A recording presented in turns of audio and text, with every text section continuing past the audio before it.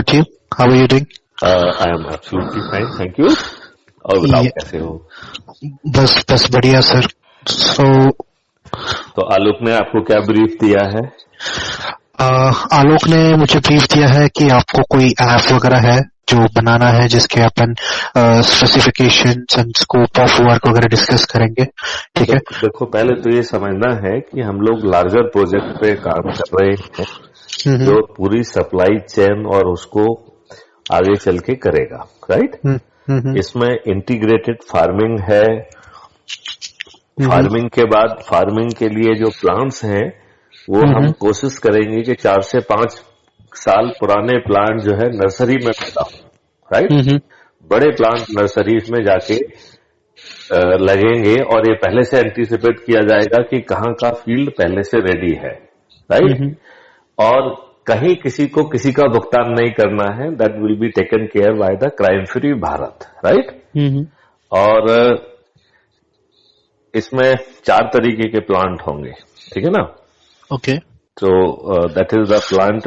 Medicinal plant होंगे, aromatic plants होंगे, horticulture plants होंगे और फॉडर प्लांट्स होंगे. तो आगे चल के जो जानवरों को हम फीड करेंगे वो उससे फीड नहीं करेंगे. किससे? खेतों से घास उगाना और वो करना और बरसीम उगाना वो नहीं करेंगे. मतलब उसकी जो प्रोटीन और एनर्जी नीड का या तो पेड़ों से जो पत्तियां हैं उनका फॉडर बनाया जाएगा ग्रीन पार्ट के लिए, राइट? उसमें जैसे मुनंगा जैसे फलियों का यूज किया जाएगा which are highly nutrition rich, right? Okay. और चूंकि ये पूरी तरह से chemical free, fertilizer free, pesticide free agriculture होगी जो कि जीवा अमृत और घना अमृत इस तरीके के कॉन्सेप्ट के ऊपर होगी.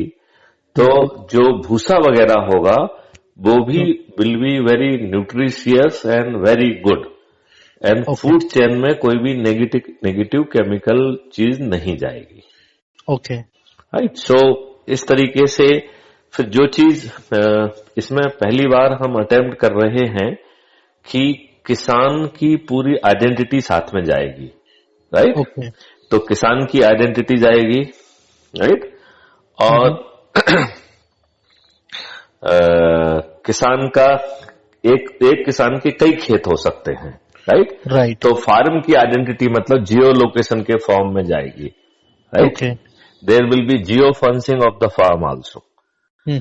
तो उसका जो प्रोडक्ट है उसकी क्वालिटी कैप्चर की जाएगी. क्वालिटी 2 तरीके से कैप्चर होगी. आईओटी डिवाइस से उसके फिजिकल एट्रीब्यूट, साइज वगैरह, राइट? वो तो फोटो वगैरह का, इमेज का यूज करके we can even measure through the IoT device, right? Okay. And second will be which will be human fat. जो स्वाद है उस पार्ट का कंपोनेंट जो है that will come from the human taste. Okay. इस तरीके से 2 क्वालिटी के parameter they will go and they will sit in the QR code of that product, right? Okay. And इसके बाद उसमें लोडिंग अनलोडिंग के बड़े स्पेशलाइज इक्विपमेंट्स अपन खुद डिजाइन करेंगे और transportation would be paid by the CFB. तो किसानों को किसी चीज का पेमेंट नहीं करना है. अच्छा. ना उनको पेड़ों का जो कि नर्सरी से आएंगे ना उनका भुगतान करना है. जो मजदूर जाके पेड़ लगाएंगे, पानी देंगे, निदाई गुड़ाई जो भी है करना है वो करेंगे.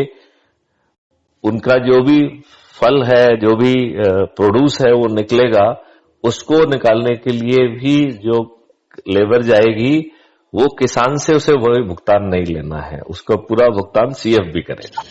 अच्छा. ठीक है ना? और ये सब जो खर्चे हैं that will go in the cost settling account. मतलब इसका मतलब है कि ये खर्चे जो है किसान के ही कॉस्ट सेटलिंग में जाएंगे लेकिन किसान से लिए नहीं जाएंगे उस समय. ओके. राइट. और जो आपका कहना चाहिए कि उसको 1 MSP जैसे ही उसके फार्म से बाहर जाता है क्वालिटी ग्रेडिंग के साथ 1 MSP उसको फ्री फ्रॉम एनी कॉस्ट मिल जाएगी. अच्छा. इसका मतलब है हमने उसकी इनकम 5 गुना कर दी. ओके. राइट, क्योंकि उसके ऊपर हम कोई कॉस्ट लोड नहीं कर रहे हैं। और राइट, और उसके प्रोडक्ट के साथ उसकी आइडेंटिटी मूव करेगी। राइट, अब जो है इंडिया में उसकी ग्रेडिंग के हिसाब से 2 MSP से 3 MSP पे जो है किसानों जो कंज्यूमर एंड पे पहुंचाया जाएगा। राइट, और वो चूंकि CFB के यदि वॉलेट का यूज करेगा तो उसे 10% डिस्काउंट मिलेगा। अच्छा, इसका मतलब है कि उसे जो MSP हम तय करेंगे या MSP सरकार तय करेगी 10% कम हो गया है 2 MSP से, तो 1.8 MSP से 2.7 MSP के बीच में उसको बेस्ट क्वालिटी मिलेगी, वो क्वालिटी मिलेगी जो एक्सपोर्ट क्वालिटी भी है, क्योंकि एक्सपोर्ट पहले लोकल नीड पूरी हो जाएगी तब एक्सपोर्ट किया जाएगा। राइट, राइट, तो इसका मतलब है जो चीज आज आपको देखने का भी मौका नहीं मिलता है वो चीज कंज्यूमर एंड पे उसके घर पे 2.7 MSP पे पहुंच जाएगी, जिसे वो आज देख भी नहीं पा रहा है। और कंज्यूमर एंड पे वो बटन दबाएगा तो एक क्वालिटी कंट्रोल टीम भी पहुंचेगी और यदि वो क्वालिटी का असेसमेंट करेगी। तो 2 तरीके की क्वालिटी हो गई है, एक प्रोड्यूसर एंड पर और एक कंज्यूमर एंड पे। और अच्छा, यदि जो कंज्यूमर एंड पे जो वो है उस पे और इसमें यदि वेरिएशन होता है तो कंज्यूमर को वो चीज फ्री ऑफ कॉस्ट दे दी जाएगी। एंड यहां पर जिसने क्वालिटी कंट्रोल रॉन्ग कैलिब्रेशन किया है उसके ऊपर 10 टाइम्स पेनल्टी लग जाएगी। Okay, so that it should have the deterrence. वो पैसे लेके कोई भी आर्बिट्री क्वालिटी नहीं कर सकते हैं। अच्छा, और जो बीच की जो लेयर है, चाहे वो क्वालिटी कंट्रोल की हो, चाहे लोडिंग अनलोडिंग या जो नर्सरी है वहां से पौधों की खर्च है या लेबर कॉस्ट है, या इवन इसमें गाय भी इंटीग्रेटेड है, तो गाय के ब्रीडिंग सेंटर से बहुत अच्छी क्वालिटी की देसी गाय हाई यील्डिंग वो रहेगी। राइट, और उन गायों के लिए बहुत एक्सपेंडिचर किया जाएगा, उनके लिए बड़े एडवांस सेट बनेंगे, उसमें सोलर पैनल लगेगी, उसमें उनके वादिंग की सिस्टम होगी, उनकी ब्रशिंग की सिस्टम होगी, उनकी पूजा की सिस्टम होगी, उनकी कलिंग की सिस्टम होगी, ऐसा काइंड ऑफ सिस्टम होगा। और इसके लिए और देन जो है जो बड़े खेत हैं उसमें चारों तरफ 10 फीट गहरी खाई खोदी जाएगी जो कि एक्वाकल्चर के लिए यूज होगी।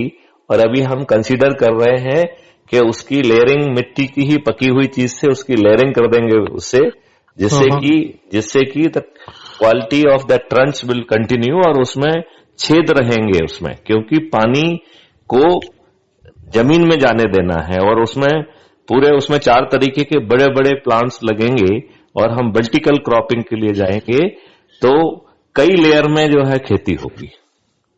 अच्छा, तो मालूम पड़ा 1 एकड़ से हम 5 एकड़ की खेती का फायदा ले पा रहे हैं यदि हमने उसको 5 टियर कर दिया। यदि कल हम जब एडवांस मशीनें उसकी हार्वेस्टिंग की बना लेंगे तो मालूम पड़ा कि हम जैसे मल्टी स्टोरीड बिल्डिंग बनाते हैं ऐसे 25 लेयर की क्रैपिंग हो रही है। ओके, राइट, मतलब किसानों की आमदनी कितने गुना बढ़ेगी ये अनुमान लगाना आज की डेट में ये मुश्किल काम होगा। ठीक है ना। फिर इसके प्रोड्यूसर्स होंगे, then it will go to the कहना चाहिए कि इंडिया में तो आपने बताया कि 2 MSP से 3 MSP के बीच में मिलेगा। बाहर विदेशों में ये product will not go in open market. हमारी ही end to end franchisee chain होंगी, जिनके उस आउटलेट के माध्यम से ही इंडियन प्रोडक्ट अवेलेबल होगा। अच्छा, उनको सर्विसेज मिलेंगी और वहां पे इसका रेट 10 MSP से 100 MSP के बीच में होगा। ओके, तो जो यदि एज्यूम करिए कि हम किसी प्रोडक्ट को 100 MSP पे बेच पा रहे हैं, राइट, क्योंकि भारत पहले यदि समृद्ध था तो वो हर चीज को सोने के भाव में बेच पा रहा था, इसलिए समृद्ध था। वो क्वांटिटी प्रोड्यूस करके कभी भी समृद्ध नहीं बना है। Right, so India is going to be become a very wealthy country. और जब वेल्थ होती है तो चींटियां लगती हैं, जो भी मिठास होती है तो चींटी लगती है। यही कारण है कि भारत के ऊपर बहुत आक्रमण हुए, राइट। तो उन आक्रमणों को रोकने की व्यवस्था क्राइम फ्री भारत पहले से करेगा। तो भारत की पुलिस भी बहुत स्मार्ट होगी और भारत की जो डिफेंस मैकेनिज्म होगी, एक्सटर्नल डिफेंस मैकेनिज्म, वो बहुत पावरफुल होगी। यदि कोई भारत की तरफ जो है ना घूर के देखेगा तो उसकी आंखें निकाल लेंगे। अच्छा, मतलब इस तरीके की पावरफुल व्यवस्था होगी, राइट। और ultimately crime free Bharat will be creating the biggest research and development hub of the world. Okay. क्योंकि सब टेक्नोलॉजी भारत में इनोवेट होंगी। अभी तक अमेरिका जो है ना लैंड ऑफ अपॉर्चुनिटी था, आने वाले समय में Bharat will be known as land of opportunity. Okay. अमेरिकी और यूरोपियन भारत में आके टूरिज्म के लिए नहीं आएंगे, नौकरी के लिए भी आएंगे। हमारे 137 करोड़ जो है लोग भारत के लिए कम पड़ जाएंगे। अच्छा, ये है हमारी ओवरऑल व्यवस्था, जो कि आलोक से मेरी चर्चा हुई थी, ठीक है ना।